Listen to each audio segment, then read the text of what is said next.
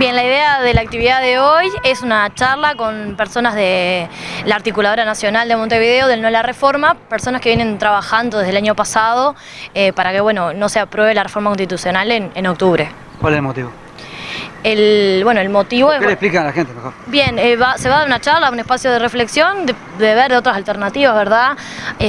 Para que la reforma no se apruebe. Por ejemplo, ¿qué alternativa?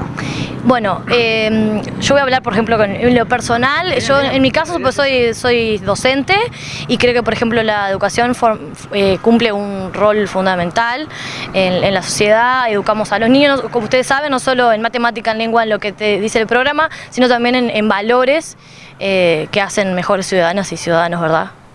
Bien, lo que estamos haciendo ahora, justamente como decía la compañera Pilar, es convocar a la población a que se informe. Sí, en el día de hoy la actividad se va a hacer ahora en la Biblioteca José Enrique Rodó, pero va a quedar a disposición también de toda la población en la Casina y del departamento de Colonia en general. Los materiales que traen los compañeros de Montevideo también se pueden informar mirando la cadena nacional que está en YouTube, y tenemos diferentes argumentos por los cuales consideramos que justamente esta reforma no es la forma. Como decía Pilar, la educación puede ser uno de los pilares, pero así también se maneja que los elementos que plantea Vivir sin Miedo no conducen a solucionar el problema de la inseguridad, sino que existen otras alternativas, ¿sí? Como por ejemplo, que creemos que aumentando las penas no se estaría solucionando el problema, sino que hay que hacer un trabajo mucho más integral desde el trabajo de las cárceles, por ejemplo, en el caso de los privados de libertad. Así como también consideramos que está bueno poder acercar a la población a que dé su opinión y generar el intercambio entre las dos partes o entre las dos miradas. Me parece algo para señalar, que capaz que después lo menciona la compañera, que desde la agrupación no se desconoce que haya inseguridad, ¿sí? Es decir, nosotros sabemos que la inseguridad existe, no es que estamos omisos ante eso o somos ciegos frente a esa situación, sino que lo que consideramos es que existen otros caminos para poder solucionarlo. Contame. Bueno, como decían un poco las compañeras recién, y hago mías las palabras, hoy estamos acá en Juan Lacase para debatir un poco, intercambiar ideas, informarnos acerca de la reforma, de por qué desde la articulación todos les decimos que es una reforma peligrosa, que es una reforma innecesaria y sobre todo que no está planteando absolutamente nada nuevo, es más de lo mismo.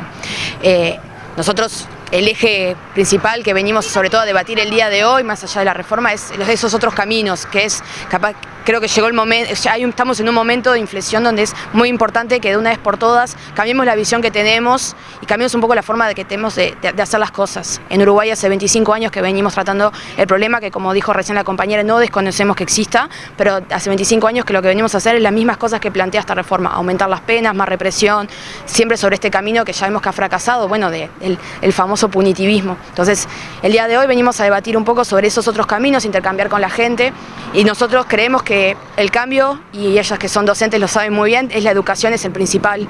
O sea, también debatir un poco de qué es cuando hablamos de inseguridad, qué es la inseguridad, y bueno, que construir entre todos y todas una sociedad más justa no es tan complicado. Una sociedad más justa se construye con trabajo, con educación y con vivienda digna, y eso es lo que tenemos que apostar.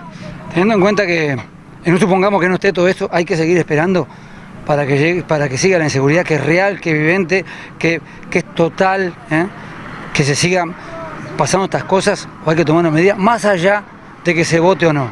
¿No hay que dar vuelta a algo? No, yo creo que habría que poner en foco, como decía la compañera recién también, qué hablamos cuando hablamos de inseguridad. Porque acá el problema es que muchas veces nosotros focalizamos el tema de la inseguridad en la propiedad privada. Entonces vemos a la inseguridad cuando el delito se comete en general contra la propiedad privada, ¿sí? Y desconocemos que existen otros tipos de inseguridades, y acá somos la mayoría mujeres, lo hablo desde una perspectiva de género.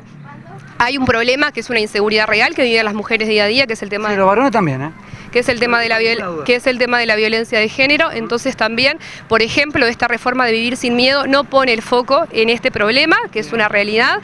Entonces, poder focalizar, ¿de qué hablamos cuando hablamos de inseguridad? No desconocemos que existe, ¿sí? Es decir, eso está claro. Y no solo contra la propiedad, hay 480 muertos. Sí, y van a la fe. Varones y mujeres, que es muy triste. Claro, pero hay que poner el foco en cuál es realmente el problema. Entonces, ¿cuál es el problema? Bueno, el problema es... ¿Cuál es la solución mejor? Porque el problema ya está. A ver, primero que nada, las soluciones son varias, ¿sí? Una. bueno, estamos planteándote, por ejemplo, Santiago, justamente el tema de la educación, una educación integral, una educación que atienda... Pero mientras llega esa educación, estos chiquitos que están allí se están criando en un país violento. El mundo está violento, no tiene que ser el país nomás. Una base de esto es el respeto. Entonces, totalmente de acuerdo. Para arrancar... Ahí empieza. Para arrancar, el respeto, la empatía, la tolerancia, que es un tema que no existe. Si nosotros lo observamos, cada vez la gente está más intolerante, no respeta la opinión del otro, ¿sí? Es inseguridad también que haya niños, como vos decís, que vivan en una casa de lata y que los días de invierno, por ejemplo, pasen frío y se mueran de hambre. Este es otro tema lo que están planteando ustedes, el tema de la seguridad. ¿Sabés qué pasa? Me encantaría que me debatir ahí. ¿Sabés qué pasa? ¿Sabés qué pasa? Esas carencias o esa falta de derechos básicos, que hay mucha gente que todavía no las tiene cubiertas y que, si bien se ha avanzado, es ¿Usted necesario. no quiere decir que el que es pobre se la robaran? ¿O el que vive en un coso de chapa se la robaron o mataron? Yo creo que no. No, nadie está diciendo eso. No. Usted me apunta para eso. No te estoy apuntando para eso. Lo que estoy diciendo es que hay que apuntar a solucionar problemas integrales de fondo. Y te voy a decir una cosa, también es inseguridad, ¿sí? El empresario, el ciudadano de bien, que la gente observa como el que está de traje y corbata, que ocupa muchos puestos relevantes y que va de millones de impuestos. Y eso tenemos en cuenta ahora el tema de la droga, son todos gente de guante blanco. Acá el problema es que a qué nosotros le llamamos inseguridad y dónde criminalizamos la inseguridad. Y estamos criminalizando al delincuente, y esto no lo digo yo, lo dice mucha gente, lo dice los medios de comunicación. En general se pone el foco en la inseguridad y en el problema en los pobres, se criminaliza la pobreza, cuando en realidad estamos perdiendo de vista que existe lo que te estaba diciendo hoy, ¿no? Existen ¿Que se criminaliza la pobreza? Hay una criminalización de la pobreza por parte de la sociedad, no quiero generalizar, pero existe, ¿sí? Y justamente por eso te digo, perdemos de vista que en muchas ocasiones hay grandes empresarios o personas que quizás las vemos en la calle y no nos generan el temor que le genera a otra gente ver un joven con determinadas características, porque sabemos que eso también sucede, ¿sí? Y que están en este momento, por ejemplo, desviando fondos, evadiendo impuestos, y eso genera una inseguridad y un desfalco. ¿Eso que tiene que ver vivir sin miedo? Discúlpeme. Perdón. Eso que están promocionando ustedes, que no se vote vivir sin miedo. Está buenazo. Lo que tiene que ver, dale.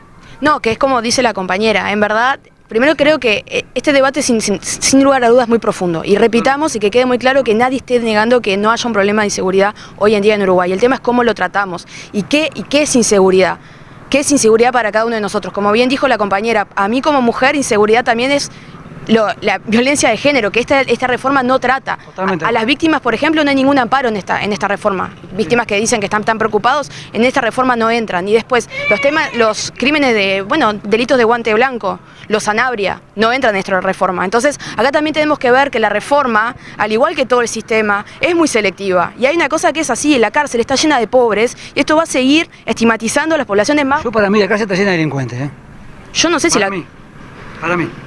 Creo que tenemos que empezar desde el lugar de cambiar un poco, y es muy importante ahí donde entra el tema del respeto y la educación, de cómo nos planteamos... En la cárcel no está el delincuente, discúlpeme, capaz que me equivoqué. ¿No está el delincuente en la cárcel? Hay no sé, pero podemos empezar a ver el tema de las penas también y ver que en la cárcel aún hay muchas personas que no tienen sentencia.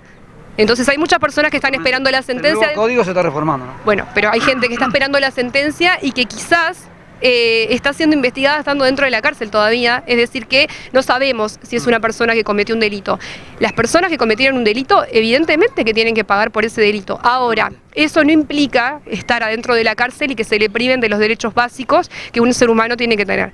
Y eso sucede también. Por eso también una de las cosas que pide la reforma es revisar las condiciones, o sea, que pide, ¿no? Desde la articulación se pide esto, bueno, revisemos cuáles las condiciones en las que están los centros de detención, ¿sí? Y garantizarle a las personas que están privadas de libertad los derechos humanos básicos que un individuo tiene que tener. Algo muy importante remarcar en lo que está diciendo la compañera, y eso es un error que cometemos todos, y no está mal cometerlo porque no tenemos por qué saberlo, pero hablamos mucho de reinserción social, y muchas de las personas que están privadas de libertad hoy en Uruguay, que para decir el dato son 11.000 personas, 11.000, no es un dato menor, una población de 3.500.000 habitantes, segundo a nivel sudamericano, quinto a nivel latinoamericano, es gravísimo, y hablamos de reinserción social y son personas que muchas veces ni siquiera estuvieron insertas en la sociedad para empezar. Entonces el trabajo viene de mucho más atrás que hay que empezar a hacer. ¿Sabes cuántos psiquiatras hay para 11.000 personas de la cárcel?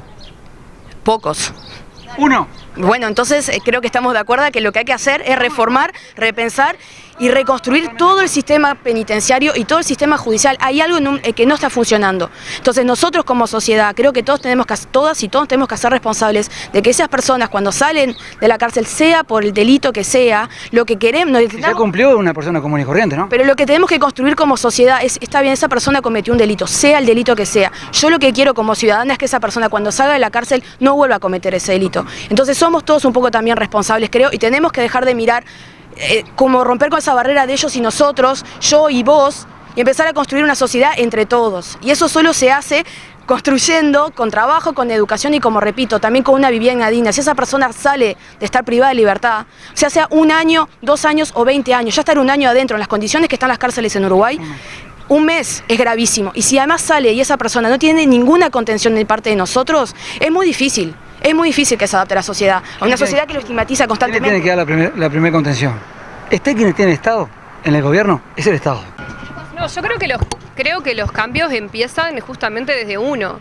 Y así seamos 3, seamos 10, seamos 5 o seamos los 3 millones de uruguayos, los pequeños cambios son los que van a generar a la larga, ¿verdad?, el cambio. Y nosotros estamos acá en una lucha que no es la lucha de Eliana o la lucha de Santiago o la lucha individual de cada uno, sino que acá es una lucha colectiva. Y las causas colectivas son las que nosotros defendemos. Y justamente me parece que si nosotros estamos pensando en lo individual, ¿no?, y lo miramos de una mirada egoísta y cargada de prejuicio, hasta que nosotros no podamos despejar nuestra mirada del prejuicio que sentimos y no empecemos a velar con respeto y con tolerancia del otro, las cosas no van a cambiar, porque también sucede esto, y sucede en todos los ámbitos. Y me parece que en este caso ustedes, los medios de comunicación, tienen un lugar muy importante, la gente le da un valor muy relevante, que me parece que está bien, pero considero que tienen ustedes una responsabilidad enorme también al momento de informar algunas cuestiones, de poner el foco en los lugares donde tienen que poner el foco y no se puede permitir, por ejemplo, que un noticiero esté quizás media hora, 45 minutos cuando empieza, dando noticias policiales, cuando suceden otras cosas en el país, ¿sí?, mucho más relevantes y que no se cuentan, por ejemplo. A mí me preocupa si fueran mentiras. Si fueran mentiras, yo estoy contra ese periodista. Si no son mentiras y hay que difundirlas. Es un golpe duro, pero hay que difundirla. ¿Qué va a hacer? El problema es de qué manera también se informa, de qué manera se informa. Lo importante es que no sea mentira. Después sí, vemos que la información puede ser tendenciosa o la pasan 25.000 veces. Eso es otra cosa. El apunto es que no sea mentira. Ahí se complica. Yo creo que también hay que cuidar un poco los tonos en que pasamos esas noticias. Si bien está bien, por supuesto nadie quiere difundir mentiras y vivimos en una era un poco particular frente a eso, pero creo que lo principal y todo se resume a eso, a la educación, a la tolerancia y romper con el yo y cómo vemos al otro. Estigmatizar también es hablar de ese delincuente porque es delincuente, el chorro porque es chorro, el pobre porque quiere. Y es un discurso que lo seguimos. Nadie es pobre porque quiere, ¿eh? Nadie es pobre. Por supuesto, pero hay muchos que lo repiten ese discurso.